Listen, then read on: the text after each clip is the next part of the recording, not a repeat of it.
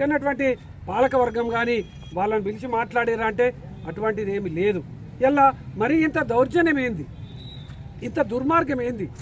అసలు కనీసంగా మరి ఇక్కడ నీకు ఓటేసిందా ఓటేయలేదా, ఈ స్థానికంగా 50 ఏళ్ళుగా దీని మీద ఆధారపడి బతికేటువంటి వాళ్ళతోని కనీసం మరి మీరు మీ లీజ్ హోల్డింగ్ సంబంధించిన విషయం పోయింది, మీరు దీని మీద ఆధారపడేటోళ్ళు రేపు దాంట్లో ప్రభుత్వం ఆధీనమైంది, ప్రభుత్వం నుంచి వెళ్ళి మున్సిపల్ శాఖ తీసుకుంటుందా, లేకపోతే నేనే హ్యాండ్ ఓవర్ చేసుకొని మల్టీప్లెక్స్ కడతానా, మీకు అందరికీ కిరాయిలకు ఇస్తానా? మీరు మొదటి నుంచి వెళ్ళి దీని మీద బతికేటోళ్ళు కాబట్టి మీకు ఈ ఆధారం చూపిస్తా అని చెప్పేటువంటి పరిస్థితి లేదంటే నిజంగా ఇది ఈ పాలన ఎటుపోతుందో అర్థం కానటువంటి పరిస్థితులలో ఇలా ప్రజలు ఉన్నారు.